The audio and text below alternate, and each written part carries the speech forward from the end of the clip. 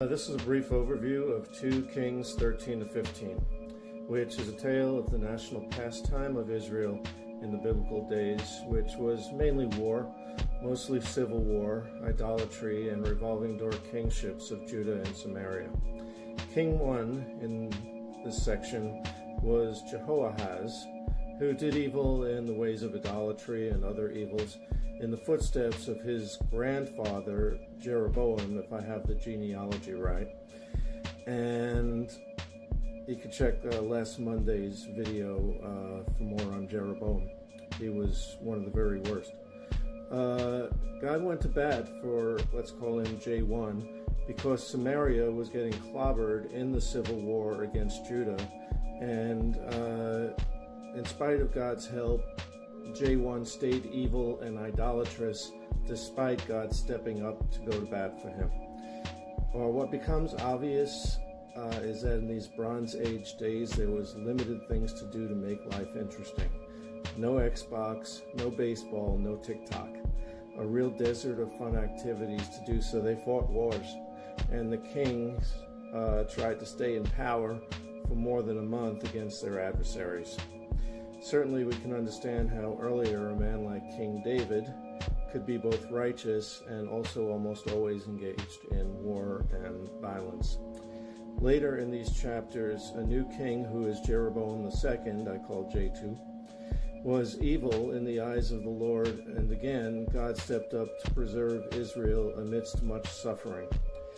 In 2 Kings 15, we are first introduced to Amaziah, king of Israel in Judah, who actually does right in the eyes of the Lord when he became king at the age of 16, but he left the idols in their high places, and so he was afflicted with leprosy. Meanwhile, the king of Israel in Sumaria reigned for all of 6 months when he was assassinated by Shallum, who only lasted in power for 1 month, but what a month it was.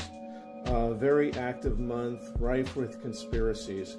If you want details on those, you can find them in the Annals of the Kings of Israel. 3 other kings are mentioned. One of them hung on for 20 years as we close out chapter 15, and the evil continued and nothing was resolved. All right, so what's the takeaway? The takeaway from this section is that the Lord loves Israel and will preserve his people in the face of evil and suffering, and it's hard to find a good king or president, and the more things change, the more they stay the same, because even in this world of entertainment and technology, Xbox and smart TVs, Elon Musk and all of that, social media, TikTok and YouTube and whatever, we have still not abolished war yet, and idolatry is worse than ever. That's my summary on 2 Kings 13 to 15. Dive into the riveting world of 2 Kings, chapters 13 through 15, where tales of kings and kingdoms unfold. In the heart of these narratives, kings Jehoahaz, Jehoash, and Jeroboam of Israel, alongside kings Amaziah and Azariah of Judah, take center stage. Their stories, marked by war, illness, and divine intervention, echo through time. Jehoahaz, despite his misdeeds, seeks God's mercy and finds it, reminding us that grace awaits even those who falter. Jehoash, his son, follows suit yet allows idolatry to persist, a cautionary tale about half-hearted commitments. Jeroboam, blessed with a prosperous reign, teaches us that success can be found in unexpected places.